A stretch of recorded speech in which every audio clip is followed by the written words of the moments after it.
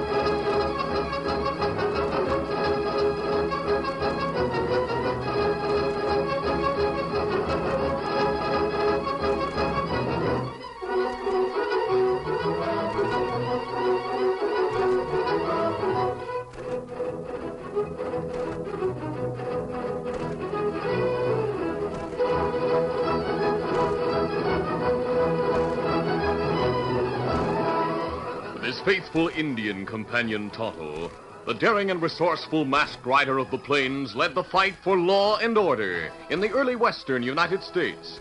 Nowhere in the pages of history can one find a greater champion of justice. Return with us now to those thrilling days of yesteryear. From out of the past come the thundering hoofbeats of the great horse Silver. The Lone Ranger rides again. Come on, Silver. Let's go, big fellow. Hi-yo, Silver! Hooray!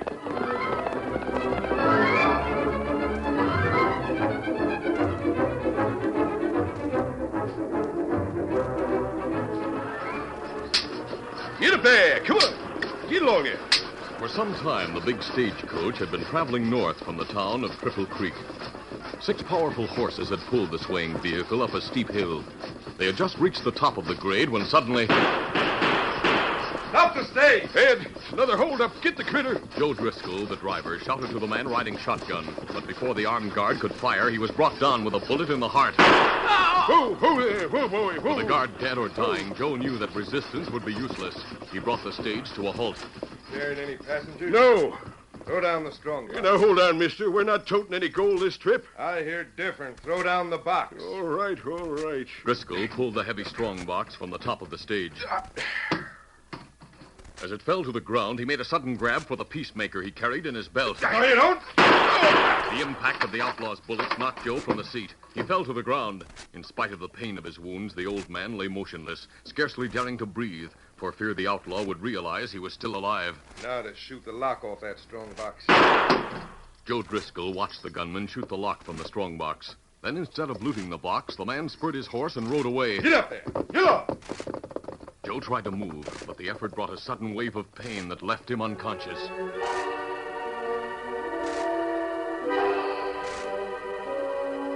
Five minutes after the killer had fled from the scene, the Lone Ranger drew rein and dismounted near the empty stagecoach. Oh, easy, steady, big fellow. The masked man hurried to the side of the fallen guard.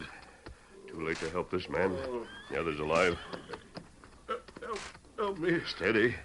I'll raise your head so you can drink from my canteen. Oh, thanks. Mister, your mask. I'm not an outlaw. You don't act like one, but that mask. Forget the mask. I'm here to help you, not harm you. I'll try to get you to the doctor in Triple Creek. It's no use, mister. What about Ed? The guard? He's dead. Yeah, I was afraid of that.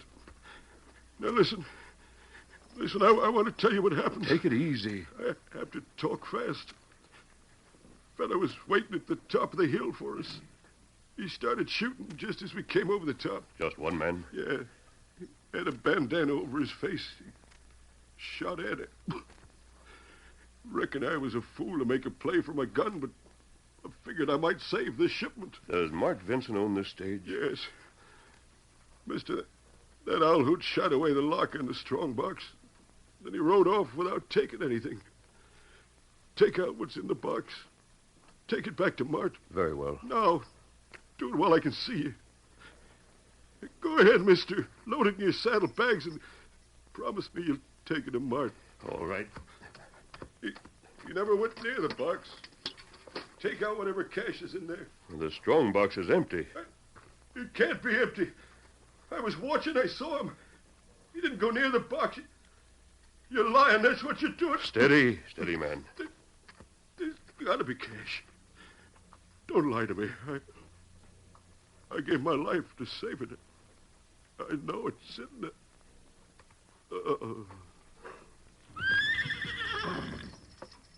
He's dead, Silver. He died to protect an empty strongbox.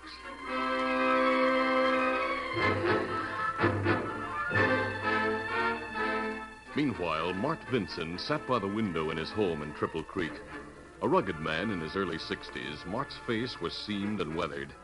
But there were new lines around his eyes and forehead that had not come from the sun and wind. They were lines of worry and annoyance. Proud and independent, he bitterly resented the recent attack of rheumatism that made him a virtual cripple.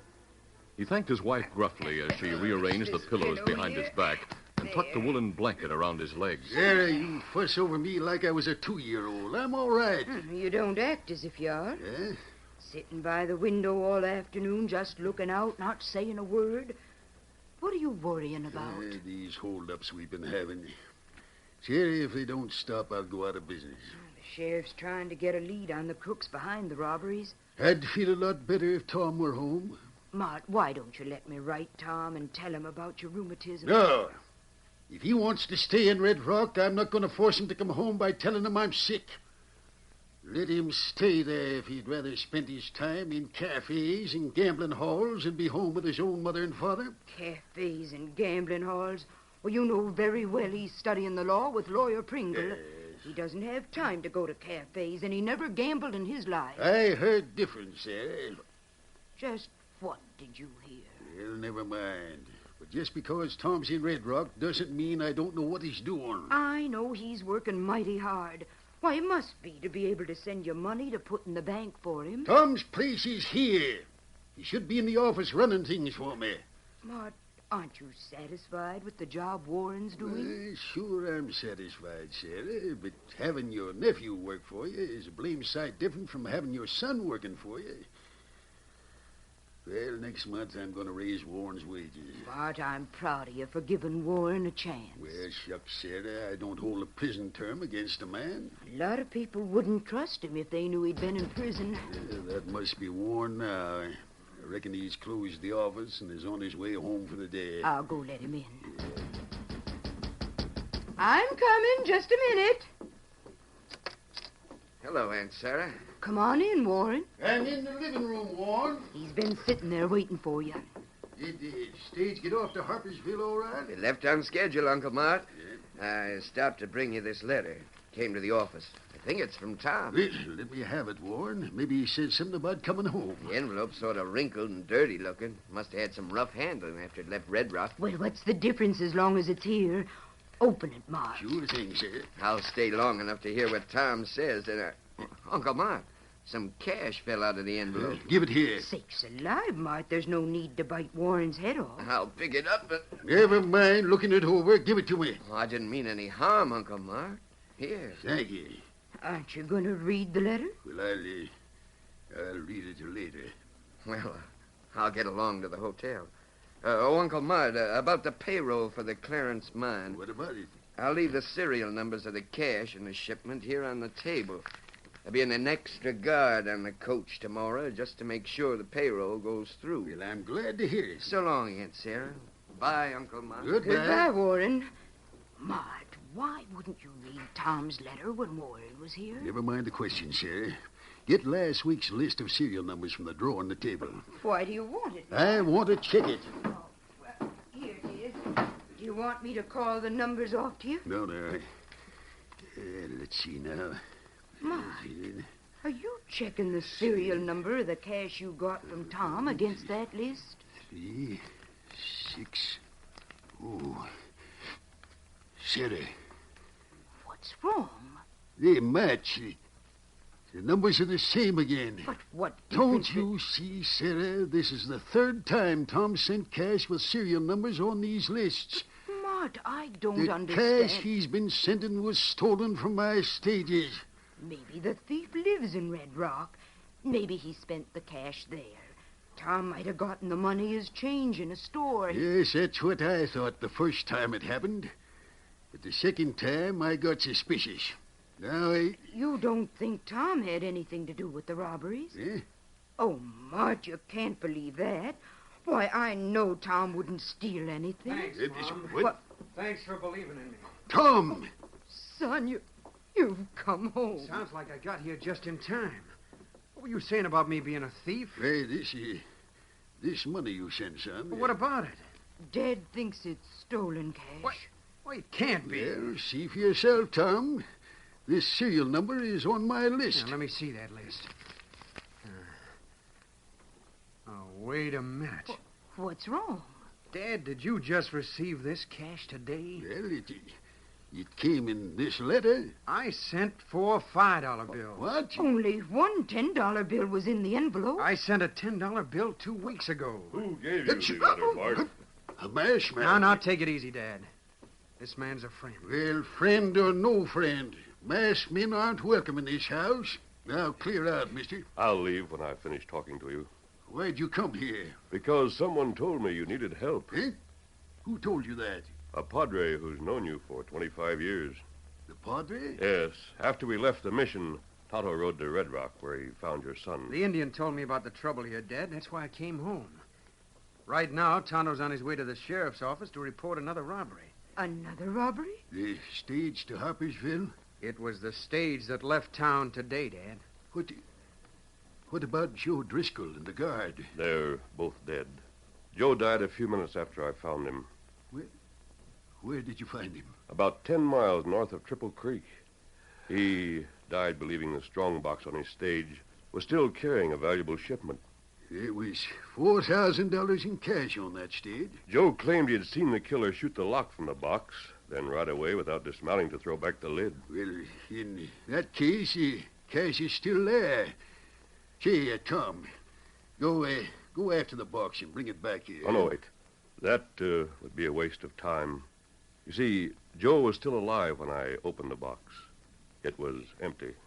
Now, looky here. I knew Joe before my son was born.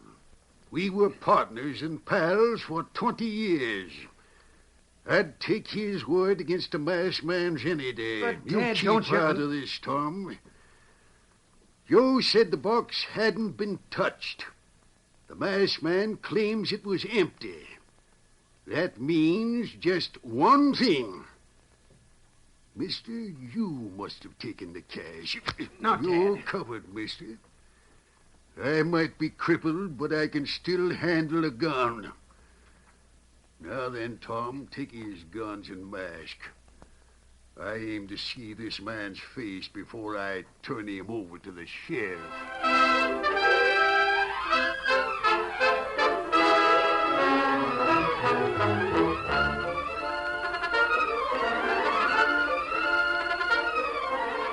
The curtain falls on the first act of our Lone Ranger adventure. Before the next exciting scenes, please permit us to pause for just a few moments.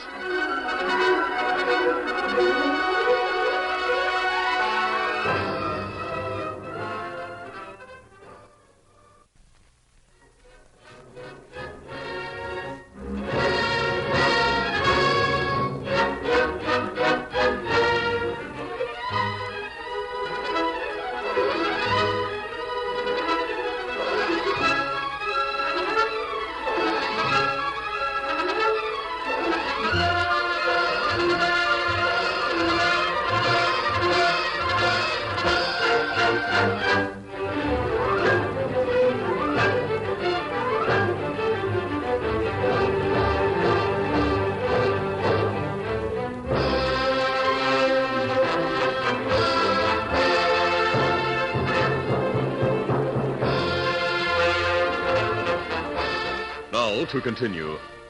Big Mark Vincent had taken the Lone Ranger by surprise when he suddenly drew a gun and said, You're covered, mister. I might be crippled, but I can still handle a gun. Tom, get his 6 guns, then take off his mask. Dad, better men than I am have tried to disarm the Lone Ranger. That does me. What did you say? This man is the Lone Ranger. The Lone Ranger? That's right. Well, mister, if you have silver cartridges in your gun belt, I'll apologize. Here. Now, look, Dad. It is silver. Yes. Well, I'm sorry I pulled the gun on you. I reckon getting word of another robbery and Joe's death was too much for me. I understand. I should have known you were on the level when you said the Padre sent you. Mart, your stages are an important link in the transportation ties between the East and the West. A lot of people would suffer if you were to go out of business. I can't stay in business and take the kind of losses we've had lately. Say, Tom, where'd you get the cash you've been sending me? Oh, different places, Dad. Some of it I earned with Mr. Pringle. Some of it I took in change at the restaurant. I earned more cash by writing some documents for a couple of ranches. But something's wrong. There should have been more money in this envelope. Who brought you the letter? My nephew, Warren Hunter. He's running the stagecoach office for me. All of our mail goes to the office, mister. I see. Mart, I told you Joe Driscoll said your strong box had not been looted. Likewise, you said the box was empty when you opened it. It must have been empty when the stage left Triple Creek. But it couldn't have been. My nephew, Gee. Is anyone working in the office with your nephew? Nope. I offered to hire someone to help him, but he said he could handle things alone. Do you think Warren killed Joe Driscoll in the shotgun guard? No, he couldn't have. Warren was in town all day today, but that doesn't mean he's in the clear. Someone's been tampering with the cash Tom's been just sending home, and Warren might be the one who's doing it. I'd stake my life on the fact that Warren isn't a killer. Maybe he has someone working with him. Thinking he's guilty and proving it are two different things, Tom. Do you have any ideas, mister? When does the next shipment of cash or gold leave Triple Creek? Tomorrow.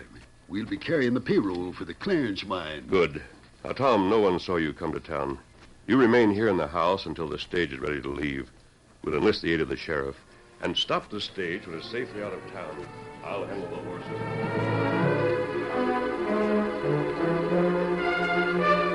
As the Lone Ranger made his plans, Warren Hunter rode into the hills surrounding the town. He traveled slowly over rocky ground that showed no tracks and drew rein in front of a large cave. As he dismounted, a man came from the shadows to greet him. Howdy, Hunter. Hello, Foxy. Thought you weren't coming tonight. I had to wait until I could leave town without being seen. Where's Lefty? Went into town to buy supplies. Did he go with you on today's job? No. You said there'd be no passengers on the stage. How much did we get on that holdup? Your share's $2,000. Hand it over. I didn't bring it with me. There'll be another job tomorrow. Oh, I see. I'll pay for both of them at one time. Be sure you do.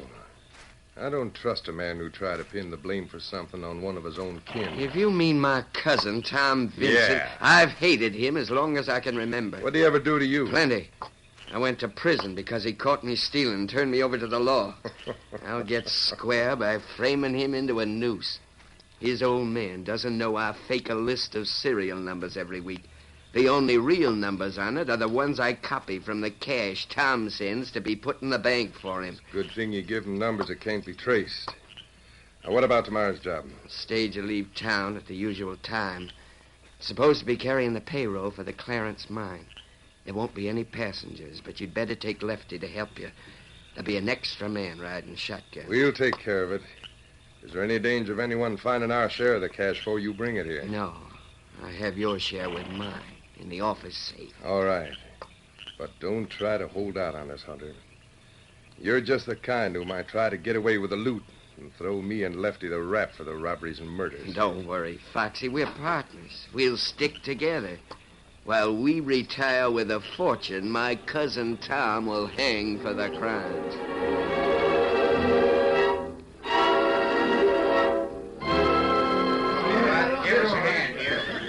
The next afternoon, Warren Hunter stood in front of the office and watched while the strongbox was placed aboard the stage. All set, Jim? Yep. Good luck. Thank you. Get up there.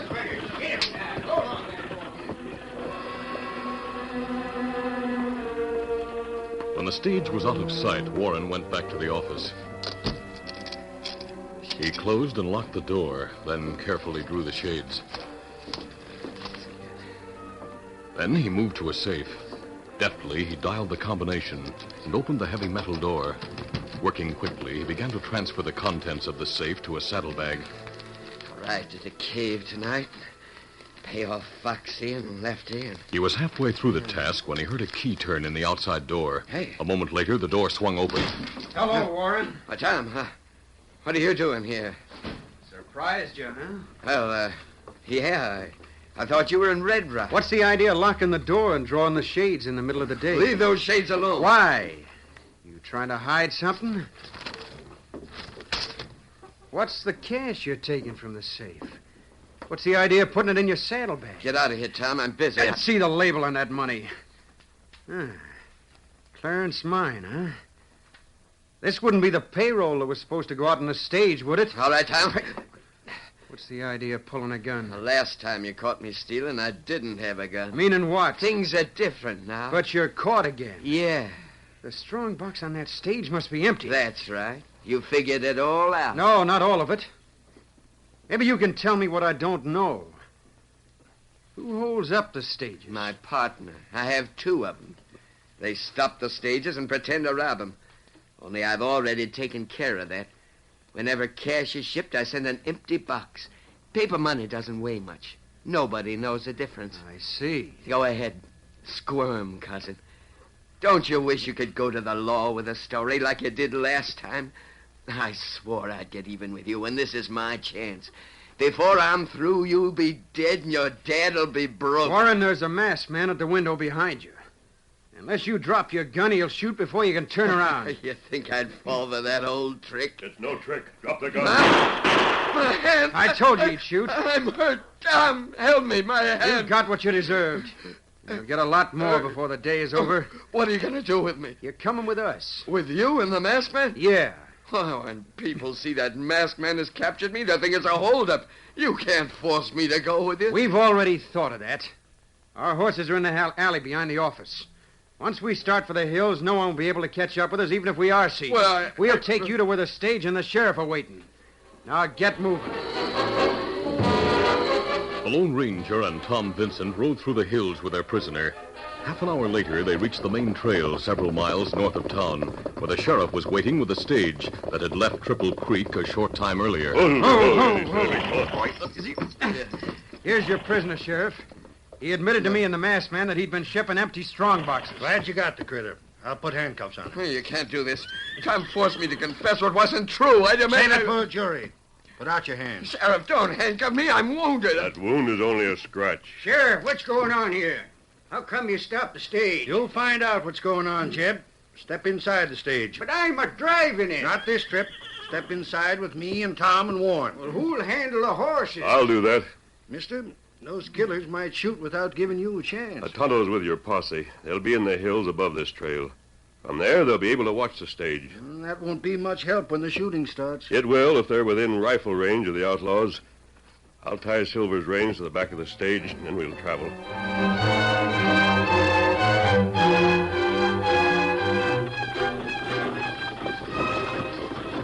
With the Lone Ranger in the box, the stage resumed its journey.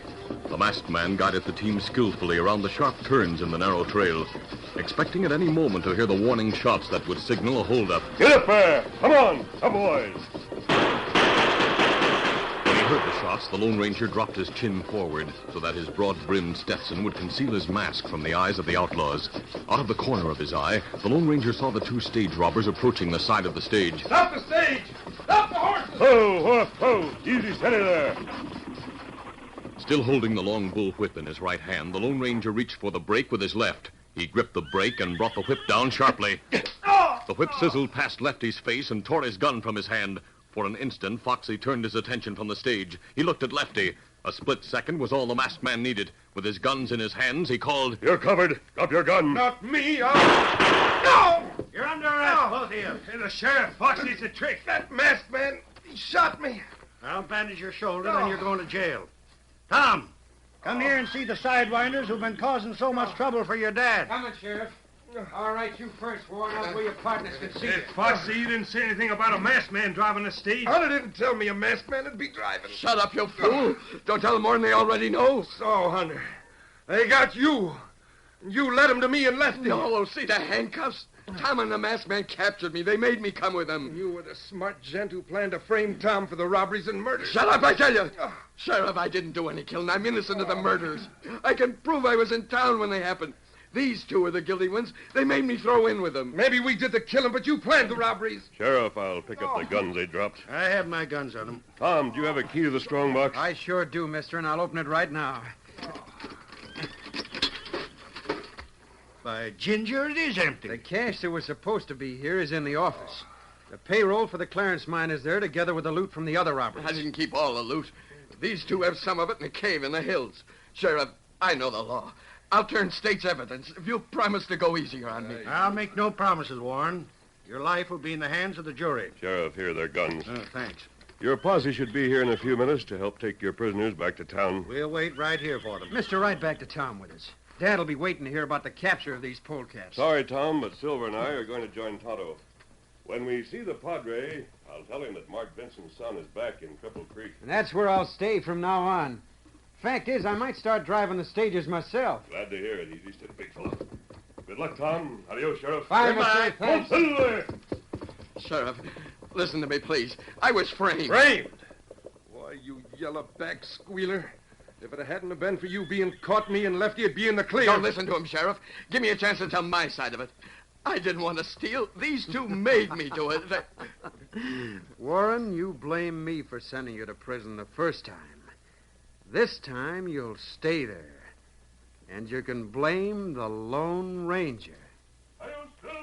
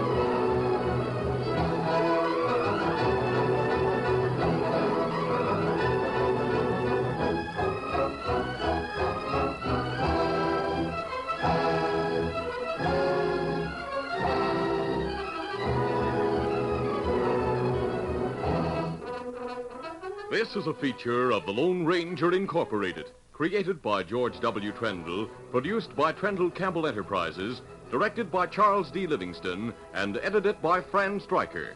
The part of the Lone Ranger is played by Brace Beamer.